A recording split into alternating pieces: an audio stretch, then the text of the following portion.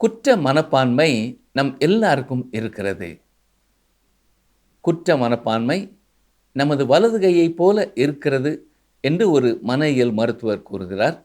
அதை ஒரு இடத்திலிருந்து மற்றொரு இடத்திற்கு மாற்றி வைப்பதுதான் எங்கள் பணி என்கிறார்.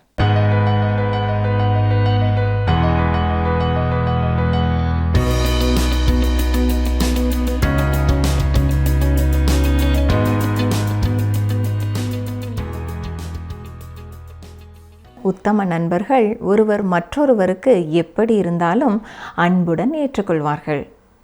இதே போலதான் கிறிஸ்துவும் நம்மை நண்பர்கள் என்று அழைக்கிறார். நாம் அவருக்கு நண்பர்கள் என்றால் அதற்காக என்ன வேண்டுமானாலும் செய்வதற்கு தயாராக இருக்க வேண்டும். இந்த நீதிமொழியில் கூட ஒரு சில இடங்களில் அற்புதமாக நண்பர்களை பற்றி எடுத்துரைக்கிறது. அது மட்டுமல்லாமல் மற்ற வாழ்க்கை பாடங்களையும் நமக்கு கற்றுத்தருகிறது. வாருங்கள், இன்றைய நீதிமொழியின் மூலம் நாம் கற்றுக்கொள்ளப் போகிறவைகளை பார்க்கலாம். எங்களுக்கு மிகவும் பிரியமான வேத ஆராய்ச்சி நேயர்களே, இன்று நாம் நீதிமொழிகள் 27ஆம் அதிகாரம் 17ஆம் வசனம் முதல் சிந்திக்கப் போகிறோம். வாசிக்கிறேன். இரும்பை இரும்பு கருக்கிடும், அப்படியே மனுஷனும் தன் சிநேகிதனுடைய முகத்தை கருக்கிடுகிறான். இங்கே கருக்கிடும் என்பது கூர்மையாக்குவதை குறிக்கிறது. இரும்பினால் செய்யப்பட்ட அறம் மற்றுமொரு இரும்பில் இருக்கும் மேடு பள்ளங்களை சரி செய்யும். இரும்பை இரும்பு கூர்மையாக்குகிறது இல்லையா? அதே போல நீங்களும் உங்கள் அறிவை, உங்கள் மூளையை கூர்மையாக்கும் நண்பர்களோடு பழக வேண்டும். அவர்களோடு உங்கள் ஆவிக்குரிய காரியங்களை பகிர்ந்து கொண்டு ஜெபித்து இன்னும் பலப்பட முடியும். அது மட்டுமல்ல, அவர்களோடு நீங்கள் நேரத்தை செலவிடும் பொழுது அவர்கள் உங்கள் வாழ்க்கையில் உள்ள குறைகளை சுட்டி காட்டுவார்கள். அப்பொழுது நீங்கள் முகம் கோணாமல் உங்களை திருத்திக் கொண்டு உங்கள் வாழ்க்கையிலே நீங்கள் வளர வேண்டும். அவர்களோடு உங்கள் நேரத்தை செலவிடுவது நல்ல பயனை தரும். இதனால் ஆவிக்குரிய வாழ்க்கையிலே அநேக காரியங்களை ஒருவருக்கொருவர் கற்றுக்கொள்ள முடியும். நீங்கள் இதை உங்கள் அனுபவத்திலே காணும் பொழுது உங்களுக்கே அது ஆச்சரியமாயிருக்கும். கடந்த நாட்களை சற்றே திரும்பி பாருங்கள். எத்தனை பேர் உங்கள் வாழ்க்கையிலே உள்ள கரடு முரடான காரியங்களை உங்களுக்கு சுட்டி காட்டி உங்களை உணர்த்தி சரி செய்திருக்கிறார்கள் இல்லையா? இரும்பை இரும்பு கருக்கிடும், அப்படியே மனுஷனும் தன் சிநேகிதனுடைய முகத்தை கருக்கிடுகிறான். நீதிமொழிகள் 27:19. தண்ணீரில் முகத்துக்கு முகம் ஒத்திருக்குமா போல மனுஷரில் இருதயத்திற்கு இருதயம் ஒத்திருக்கும். மனுஷரில் இருதயத்திற்கு இருதயம் ஒத்திருப்பதனாலேயே நாம் ஒருவரை ஒருவர் புரிந்து கொள்ள இயலுகிறது. அதே போல நீங்கள் உங்கள் இருதயத்தை திறந்து பேசும் பொழுது அதை உங்கள் நண்பர்கள் ஏற்றுக்கொள்கிறவர்களாக இருப்பது பாக்கியமான அனுபவம். ஆனால் அந்த நண்பர் நீங்கள் மனம் திறந்து பேசிய காரியங்களை வெளியே சொல்லுகிறவர்களாக இருக்கக்கூடாது. அவ்வாறு உங்கள் இருதயத்தை நன்கு அறிந்த பிறகும் உங்களை நேசிக்கிறவர்களே உண்மையான நண்பர்கள். நீதிமொழிகள் 27ஆம் அதிகாரம் 20ஆம் வசனம். பாதாளமும் அழிவும் திருப்தியாகிறதில்லை, அதுபோல மனுஷனுடைய கண்களும் திருப்தியாகிறதில்லை. மனுஷனுடைய கண்கள் ஒருபொழுதும் திருப்தியாவதில்லை.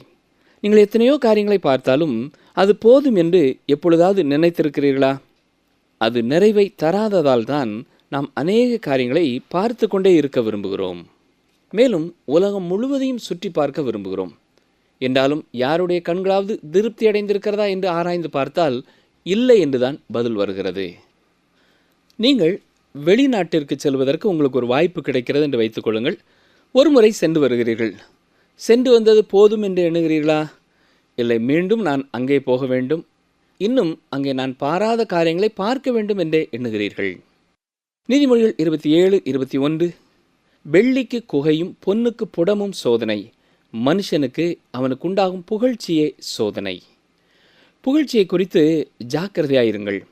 அது உங்களை சரியான பாதையிலே செல்ல முடியாதபடி தள்ளுகிறதா இருக்கிறது. புகழ்ச்சி உங்கள் மேல் சரியான விளைவை உண்டு பண்ண வேண்டும். இல்லை என்றால் பிரச்சனை தான். ஒரு வேத வல்லுனர் இதை குறித்து இவ்வாறு கூறியிருக்கிறார். ஒரு மனிதனுக்கு புகழ்ச்சி என்பதே மிகவும் கடுமையான சோதனையாக இருக்கிறது. மோசமான இகழ்ச்சியில் கூட ஒரு தேவ மனிதன் கர்த்தரை சார்ந்து கொண்டு எளிதாக வெளியே வந்துவிடலாம். ஆனால் முகஸ்துதி மற்றும் பாராட்டுதல் வழியாக கடந்து வரும் பொழுது அதிலே எந்தவித பாதிப்பும் அடையாமல், பெருமையும் அடையாமல் வெளியே வருவது கடினமான காரியம். அவ்வாறு ஒருவன் வெளியே வந்தாலே அவன் உண்மையான தேவனுடைய மனிதன் என்பதற்கு அடையாளமாகும் என்கிறார். அருமையானவர்களே, உங்களை மற்றவர்கள் புகழும் பொழுது எவ்வாறு நடந்து கொள்கிறீர்கள்? சற்றே சிந்தித்து பாருங்கள். அது உங்களுக்கு பெருமையை கொடுக்காமல் கர்த்தரை துதிக்க உங்களை ஏவுகிறதா இருக்க வேண்டும். நீதிமொழிகள் 27:24, செல்வம் என்றைக்கும் நிலையாது, கிரீடம் தலைமுறை தலைமுறை தோறும் நிலை நிற்குமோ? செல்வம் என்றைக்கும் நிலையாது என்பது இந்த காலத்தில் உள்ள அனைவரும் அறிந்து கொள்ள வேண்டிய மிக முக்கியமான ஒரு சத்தியம். நாம் இந்த உலகத்தை விட்டு கடந்து செல்லும் பொழுது நாம் எவ்வளவு சம்பாதித்திருந்தாலும் அதை எடுத்து செல்ல முடியாது. அடுத்ததாக, கிரீடம் தலைமுறை தலைமுறை தோறும் நிலை நிற்குமோ என்ற கேள்விக்கு இல்லை என்றுதான் உலக வரலாறை பதில் சொல்லுகிறது. உலகத்தில் எத்தனையோ ராஜ்யங்கள் எழும்பி வீழ்ந்திருக்கின்றன என்பதை நீங்கள் அறிவீர்கள். தேவனுடைய ராஜ்யம் மட்டுமே என்றைக்கும் நிலைத்து நிற்கக்கூடியது. அவரை மட்டுமே நாம் விசுவாசித்து அவரை மட்டுமே நாம் சார்ந்து வாழ முடியும். அவர் மாறாதவர், அவர் ஆருயிர் நண்பர். தொடர்ந்து நீதிமொழிகள் 28ஆம் அதிகாரத்தையும் பார்ப்போம். நீதிமொழிகள் 28:1, ஒருவனும் தொடராதிருந்தும் துன்மார்க்கர் ஓடி போகிறார்கள், நீதிமான்களோ சிங்கத்தைப் போல தைரியமாயிருக்கிறார்கள். மனிதர்கள் பாவத்தை குறித்து பலதரப்பட்ட கருத்துடையவர்களாக இருக்கலாம். ஆனால் அவர்கள் எப்படிப்பட்ட கருத்துடையவர்களாக இருந்தாலும் பாவம் என்பது ஒவ்வொரு தனி மனிதனையும் பயத்திலும் குற்ற மனசாட்சியிலுமே வைத்திருக்கிறது.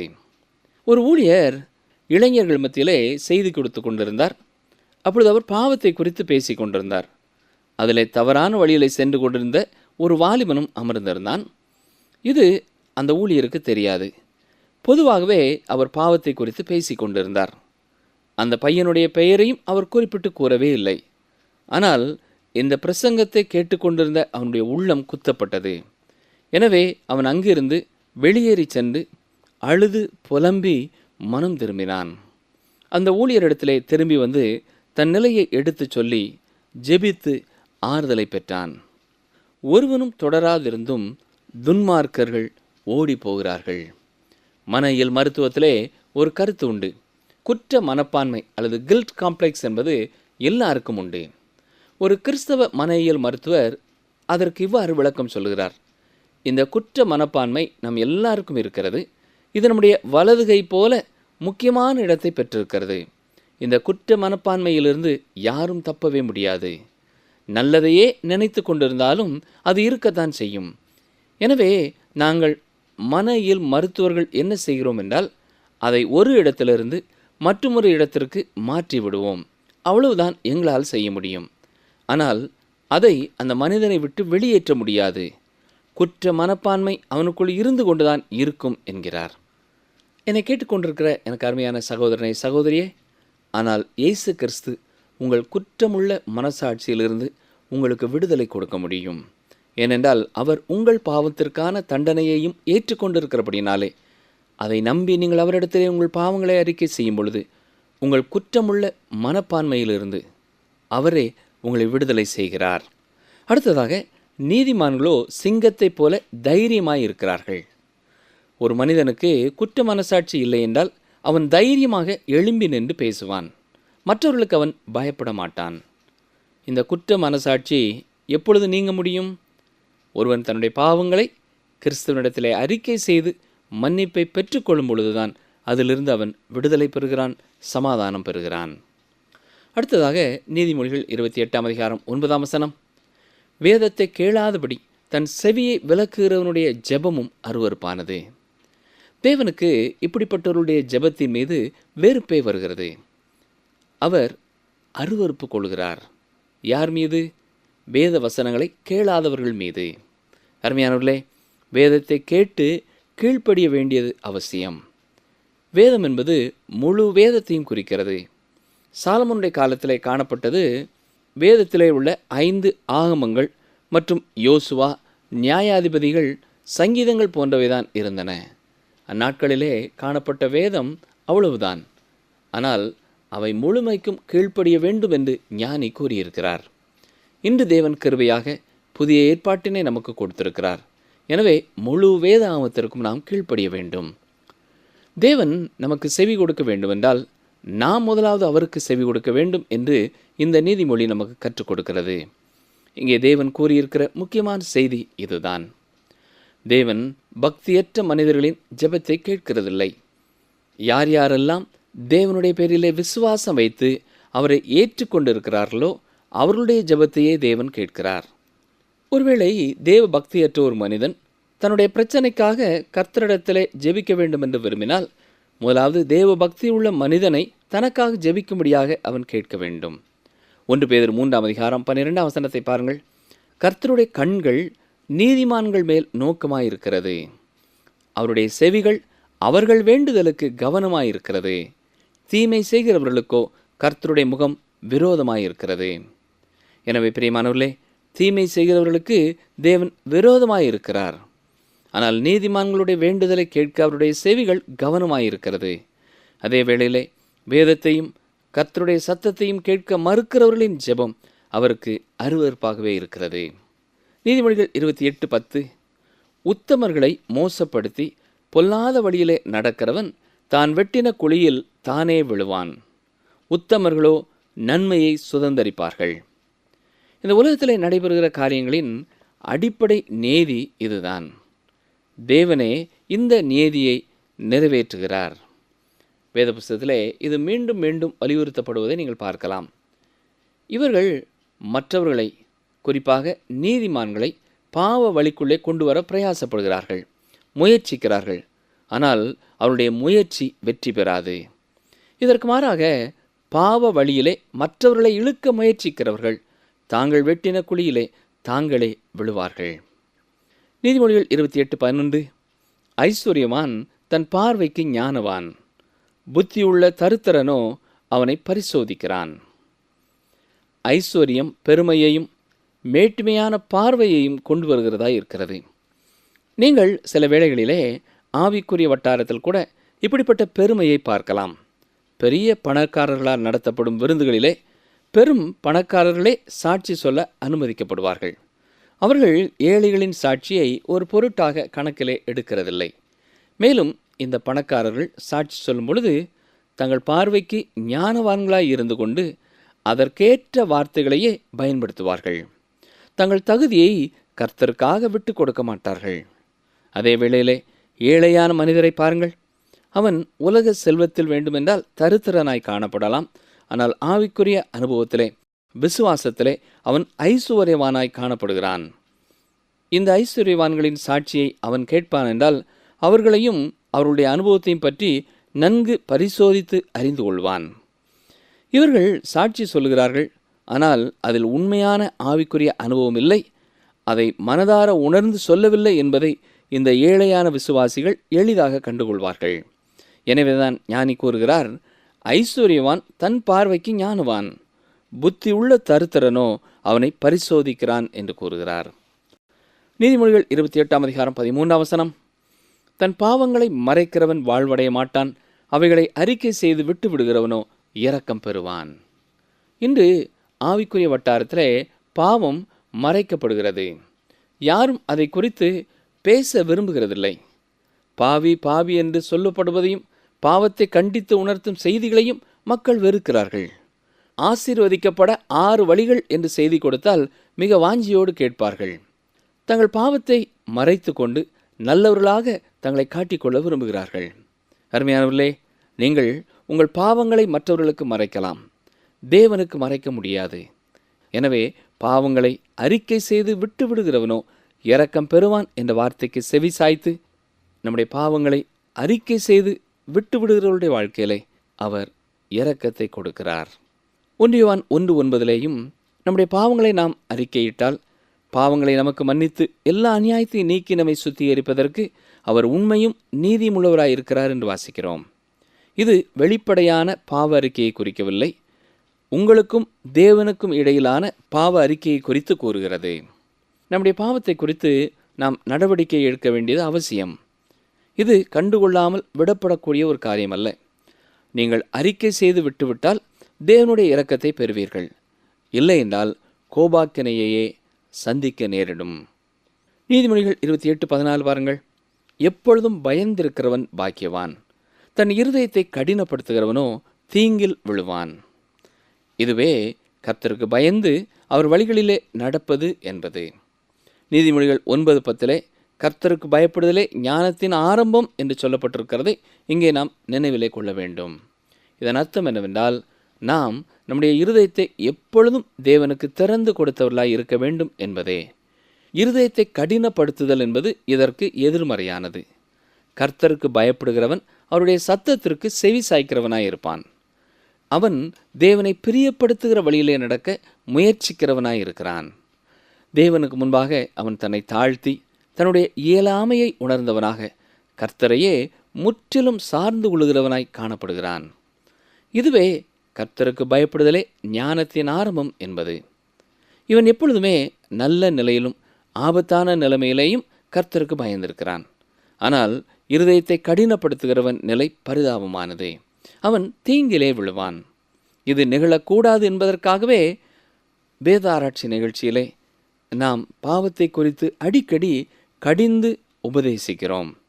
சிலர் இவ்வாறு கேட்கிறதுண்டு, நீங்கள் இப்பொழுது சபைகளிலே காணப்படுகிற பிரச்சனைகளையும் சபை உறுப்பினர் மத்தியிலே காணப்படுகிற குறைகளையும் குற்றங்களையுமே சுட்டிக்காட்டி பேசுகிறீர்களே, ஏன் நீங்கள் அவர்களை உற்சாகப்படுத்தி பேசக்கூடாது என்று கேட்பார்கள்.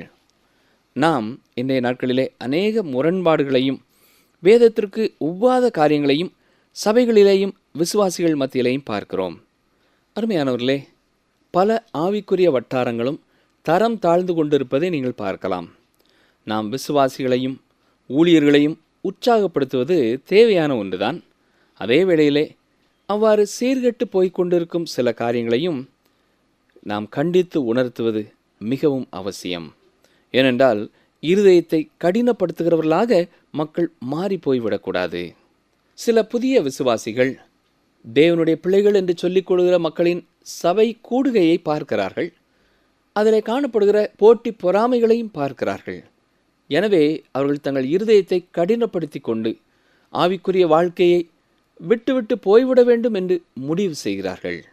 இதற்கு காரணம் என்ன? கர்த்தருடைய பிள்ளைகள் என்று சொல்லப்படுகிறவர்கள் அதற்கு இடையூறாயிருக்கிறார்கள். எனவே சோர்ந்து போய் பின்வாங்குகிற மக்களை உற்சாகப்படுத்துவதையும் ஆவிக்குரிய வட்டாரங்களிலே காணப்படுகிற தவறான போக்குகளையும் பாவங்களையும் நாம் சுட்டி காட்டுகிறோம். தேவனுடைய வசனத்தை விட்டு பின்வாங்குகிறவர்கள் சபையிலே காணப்படுகிற நல்ல பரிசுத்தவான்களை காண தவறிவிடுகிறார்கள். அவர்கள் சபையின் காரியங்களிலே திரைமறைவில் நின்று செயல்படுகிறவர்களாய் காணப்படுவார்கள். அவர்கள் உண்மையாகவே தேவனுக்கென்று வாழ்கிறவர்களாயும் இருப்பார்கள். அவர்களை இந்த சோர்ந்து போகிற கூட்டத்தார் கவனிக்கிறதில்லை. பெயருக்காக தேவனுடைய பிள்ளைகள் என்று அழைக்கப்படுகிறவர்களையே இவர்கள் பார்க்கிறார்கள்.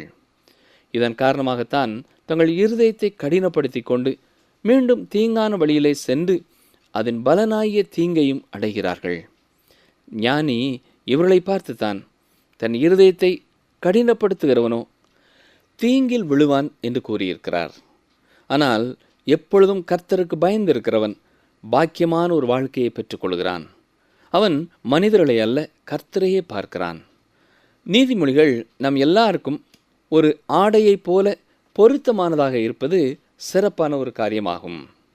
நீதிமொழிகள் 28:17, இரத்த பழிக்காக ஒடுக்கப்பட்டவன் குழியில் ஒழிக்க ஓடி வந்தால் அவனை ஆதரிக்க வேண்டாம். ஒரு மனிதன் தான் செய்த பாவத்திற்கான குற்ற மனப்பான்மையை அடைந்தே தீர்வான். அதிலும் மிகவும் கொடுமையான காரியங்களை செய்தவர்கள் குற்ற மனசாட்சியினாலே அதிகமாய் வாதிக்கப்படுகிறார்கள்.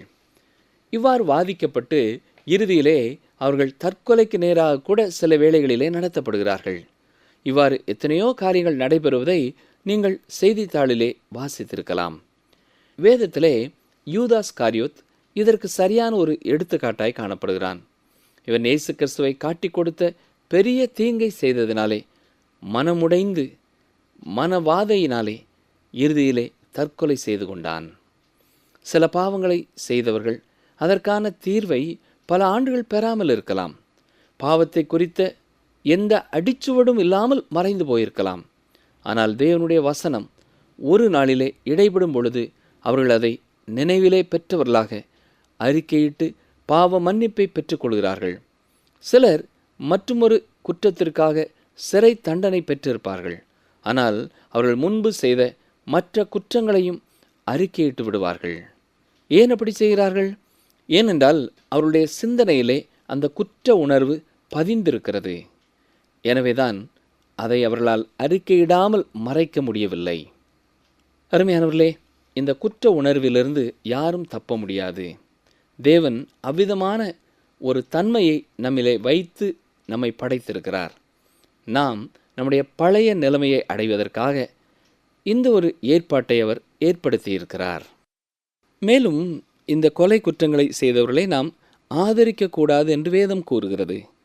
கொலை செய்தவர்களுக்கு உடந்தையாக இருப்பதோ இல்லாவிட்டால் அவர்கள் தப்பிக்கொள்வதற்கு உதவியாக இருப்பதோ கூடாது. அவ்வாறு உதவுவோம் என்றால் அந்த இரத்த பழியிலே நமக்கும் பங்குண்டு. நீதிமொழிகள் 28:24, தன் தகப்பனையும் தன் தாயையும் கொள்ளையிட்டு அது துரோகமல்ல என்பவன் பால் கடிக்கிற மனுஷனுக்கு தோழன். இளம் வாலிபன் ஒருவன் ஒருவேளை இவ்வாறு நினைக்கலாம், நான் தான் எனது தகப்பனின் சொத்தை பெறப்போகிறவன், எனவே இப்பொழுதே அதிலே கொஞ்சம் எடுத்து நான் செலவழிப்பேன் என்று கூறி தந்தைக்கு தெரியாமல் எடுத்து செலவழித்தால் அது பாவம் என்று கர்த்தர் சொல்லுகிறார். இயேசு கிறிஸ்துவும் இதை குறித்து கூறுவதை கவனியுங்கள். இயேசு கிறிஸ்து இங்கே யூத மத தலைவர்களை கடிந்து கொள்கிறார். ஏனென்றால் அவர்களே தேவன் கொடுத்த கட்டளைகளை தவறாக விளக்கம் கூறி மக்களை தவறான வழியிலே செல்ல வைத்தவர்கள். அதில் ஒன்றுதான் இந்த குர்பான் என்ற காணிக்கை. இந்த காணிக்கையை செலுத்திவிட்டால் அதற்கு பிறகு தன் தகப்பனையோ தாயையோ அவன் கவனிக்காமல் விட்டாலும் ஒன்றுமில்லை என்று போதித்தார்கள். பிரியமானவர்களே, இது தவறான ஒரு போதனை. பெற்றோர்களின் செல்வத்தை திருடுவதும் அதேபோல பெற்றோர்களை கவனிக்காமல் விட்டுவிடுவதும் பாவமான காரியமாகும். இதை இயேசு மிக தெளிவாய் கண்டிக்கிறார். அதேபோல பெற்றோர்களும் தங்கள் பிள்ளைகள் எதையாவது பெற்றோருக்கு தெரியாமல் எடுத்துக்கொண்டால் அதை கண்டுகொள்ளாமல் விட்டுவிடக்கூடாது. பெற்றோர்கள் அதை அறிந்து கொள்ளும் பொழுது அதை குறித்து அவர்களை கண்டித்து வளர்க்க வேண்டியது அவசியம்.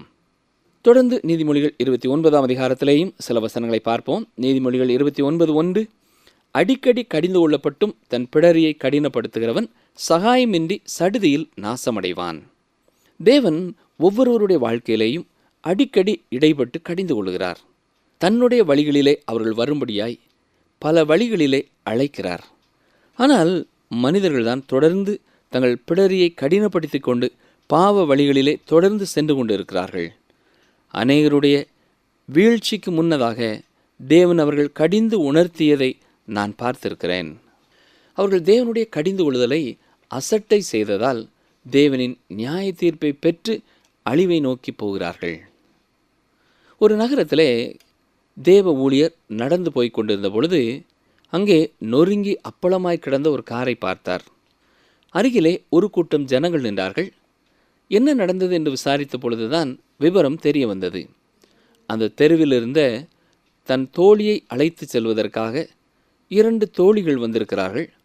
அவர்கள் இந்த தோழியை அழைத்து கொண்டு திரையரங்கிற்கு செல்ல இருந்திருக்கிறார்கள். அப்பொழுது இந்த தோழி நான் அங்கே வரவில்லை என்றும் வேதாம வகுப்பிற்கு நான் செல்வதாகவும் கூறினாள். எனவே இவர்களும் அந்த தோழியோடே வேதாம வகுப்பு நடக்கும் இடத்திற்கு சென்றார்கள். ஆனால் உள்ளே செல்லவில்லை. திரும்பி வரும்பொழுது இந்த தோழி தன்னை அழைக்க வந்த மற்ற இருவரிடத்திலேயும் இயேசு கிறிஸ்துவை குறித்து கூறியிருக்கிறாள். தான் இயேசுவை ஏற்றுக்கொண்டதாகவும் எனவே அவர்களும் இயேசுவை ஏற்றுக்கொள்ள வேண்டும் என்றும் கூறிய பொழுது அந்த 2 தோழிகளும் ஏளனமாய் சிரித்திருக்கிறார்கள். பின்னர் அவளை இறக்கி விட்டுவிட்டு சிறிது தூரம் சென்ற பின் எதிரே வந்த லாரி மோதி இவர்கள் பலியானார்கள் என்று கேள்விப்பட்டார். அடிக்கடி கடிந்து கொள்ளப்பட்டும் தன் பிடரியை கடினப்படுத்துகிறவன் சகாயமின்றி சடுதியில் நாசமடைவான். இதேபோல எத்தனையோ சம்பவங்களை நாம் வேதத்திலிருந்தும் பார்க்கலாம். கோரா, தத்தான், அபிராம், அதேபோல பெல்ஷாத்சார், ஏசபேல் என்னும் பலர் இப்படிப்பட்ட காரியங்களுக்கு எடுத்துக்காட்டுகளாய் இருக்கிறார்கள். இவர்கள் தேவனால் கடிந்து கொள்ளப்பட்டும் செவிகொடாமல் அழிவை கண்டவர்கள். நீதிமொழிகள் 29 2, 3 வசனங்களை பாருங்கள். நீதிமான்கள் பெருகினால் ஜனங்கள் மகிழ்வார்கள், துன்மார்க்கர் ஆளும்போதோ ஜனங்கள் தவிப்பார்கள். ஞானத்தில் பிரியப்படுகிறவன் தன் தகப்பனை மகிழ பண்ணுகிறான், வேசிகளோடே தொந்திப்பானவனோ ஆஸ்தியை அழிக்கிறான். நீதிமான்கள் ஆளும் பொழுது ஜனங்கள் மகிழ்ச்சி அடைகிறார்கள். மனிதனுடைய திறமையோ தகுதியோ அல்ல, அவன் கர்த்தருடைய பார்வையிலே எப்படி இருக்கிறானோ அதன் அடிப்படையிலே தான் ஆளுகை இருக்கும். தேவனுக்குள் தன் உறவை பலப்படுத்திய ஒருவனால் ஜனங்கள் மகிழ்ச்சியாக இருக்கும்படி ஆளுகை செய்ய முடியும். அதே வேளையிலே மனிதனால் உலகத்திலுள்ள எல்லா பிரச்சனைகளையும் தீர்த்து விடவும் முடியாது. ஆனால் நியாயத்திற்காக நிற்கிற ஒரு ஆளுநர் இருக்கும் பொழுது அதுவே மிக சிறந்த ஒரு காரியமாகும். முன் அவசரத்தில் என்ன வாசித்தோம்? ஞானத்தில் பிரியப்படுகிறவன் தன் தகப்பனை மகிழ பண்ணுகிறான்.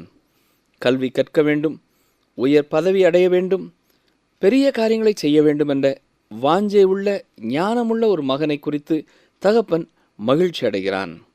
ஆனால் வேசிகளோடே தொந்திப்பானவனோ, வேசிகளோடே தொடர்புடையவனோ தன் ஆஸ்தியை அளிக்கிறான். இன்றைக்கும் வாலிப நாட்களிலேயே அநேக வாலிபர்கள் பல பெண்களோடு தொடர்பு கொண்டு பல விதங்களிலே தகப்பனுடைய சொத்துக்களையும் அழித்து கொண்டிருக்கிறார்கள். நிகழ்ச்சியை கேட்டுக்கொண்டிருக்கிற எனக்கு அருமையான சகோதரனே, சகோதரியே, இன்றும் ஆண்டவர் பல காரியங்களை குறித்து நம்மோடு உறவாடினார். எந்த காரியத்தை குறித்த தெளிவான உணர்த்துதலை பெற்றுக்கொண்டோமோ அந்த வசனங்களை மீண்டும் மீண்டும் நாம் வாசித்து தியானித்து கர்த்தருக்கு கீழ்ப்படிய தீர்மானம் செய்வோமா? கர்த்தருக்கு ஸ்தோத்திரம். நாம் இன்று கற்றுக்கொண்டபடி நம்முடைய மூளையை கூர்மையாக்கும் நண்பர்களுடன் பழக்கம் வைக்க வேண்டும். அதாவது அந்த நண்பர்கள் நம் வாழ்க்கையை சரியாக செதுக்குவார்கள், நல்வழி பாதையில் நடத்துவார்கள். நம் வாழ்வில் கெட்ட விஷயங்கள் ஏதாவது இருந்தாலும் நாம் முன்னரே நேராக சொல்லிவிடுவார்கள். அப்படிப்பட்ட நண்பர்களுடன் நாம் பழக்கம் வைத்தால் நம்முடைய மூளை கூர்மையாகும். நாம் அவர்களுடன் நல்ல நண்பர்களாக இருக்கும் பொழுது நமது இதயம் அவர்களுடைய இதயத்துடன் ஒத்து போகிறவையாக காணப்படும். அதாவது அவர்கள் விருப்பப்படும் காரியங்களை நாமும் விருப்பப்படுத்துவோம், அவர்கள் வெறுக்கிற காரியங்களை நாமும் வெறுக்க துவங்குவோம். ஆனால் இப்படிப்பட்ட உறவுகளின் போதும் என்கிற மனதுடன் இருக்க வேண்டும். இப்படிப்பட்ட உறவுகளில் மட்டுமல்லாமல் பொதுவாகவே நாம் போதும் என்கிற மனநிலையுடன் திருப்திகரமாக இருப்போம் என்றால் நமக்கு வரும் இன்னல்களையும் லகுவாக சமாளிக்க முடியும். எவ்வளவு அற்புதமான வாக்கியங்கள் அல்லவா! நீதிமொழிகள் 28ஆம் அதிகாரத்தில் நீதிமான்கள், அதாவது உத்தமர்கள், குற்ற மனசாட்சி இல்லாமல் சிங்கத்தை போல தைரியமாக இருப்பார்கள். நான் பாவம் செய்யாதிருப்போமானால் அந்த பாவத்தின் குற்ற மனசாட்சியே நம்மை கடிந்து கொள்ளும், அந்த குற்ற மனசாட்சியே நம்மை மடிந்து போக பண்ணும். ஆனால் கிறிஸ்துவுக்காக நாம் நன்றி செலுத்த கடமைப்பட்டவர்களாக இருக்கிறோம். உத்தமர்கள் அல்லாதவர்கள் வேதத்தை கேளாமல் அல்லது வேதத்தின்படி நடக்காமல் ஜெபிக்கிறவர்கள். இவர்களுடைய ஜெபம் கர்த்தருக்கு அருவருப்பானது. இவர்கள் வேற்றுமையான சிந்தையுடன் உத்தமர்களை மோசப்படுத்த குழிகளை வெட்டுகிறவர்கள். ஆனால் அவர்களே அந்த குழிகளில் விழுவார்கள். பின்னதாக நாம் பாவங்களை மறைத்து வைக்கக்கூடாது என்கிற பாடத்தை கற்றுக்கொண்டோம். இந்த பாடத்தை நாம் நீதிமொழிகளின் முழுவதுமாக கற்றுக்கொண்டு வருகிறோம். இன்றைய வாலிபர்களுக்கு தேவையான ஒரு முக்கியமான பாடத்தையும் கற்றுக்கொண்டோம். அது என்னவென்றால், தகப்பனையும் தாயையும் கொள்ளையடிக்கிறவன் விரோதியாக இருக்கிறான். ஆம் பிரியமானவர்களே, இன்று உள்ள வாலிபர்கள் அநேகர் இதே போலதான் இருக்கிறார்கள். தங்களுடைய தாயின் தகப்பனையும் மதிக்காமல் அவர்களுடைய சொத்தை மட்டும் திருடி தின்கிறவர்களாக இருக்கிறார்கள். ஆகவே நல்ல நண்பர்களை நாடுவோம். நீதிமொழிகள் கற்பித்த நீதியின் பாதையில் நடப்போம். தேவன் தாமே நம்மை ஆசிர்வதிப்பாராக. நான் உனக்கு ஆரோக்கியம் வரப்பண்ணி உன் காயங்களை ஆற்றுவேன் என்று கர்த்தர் சொல்லுகிறார். எரேமியா 30:17.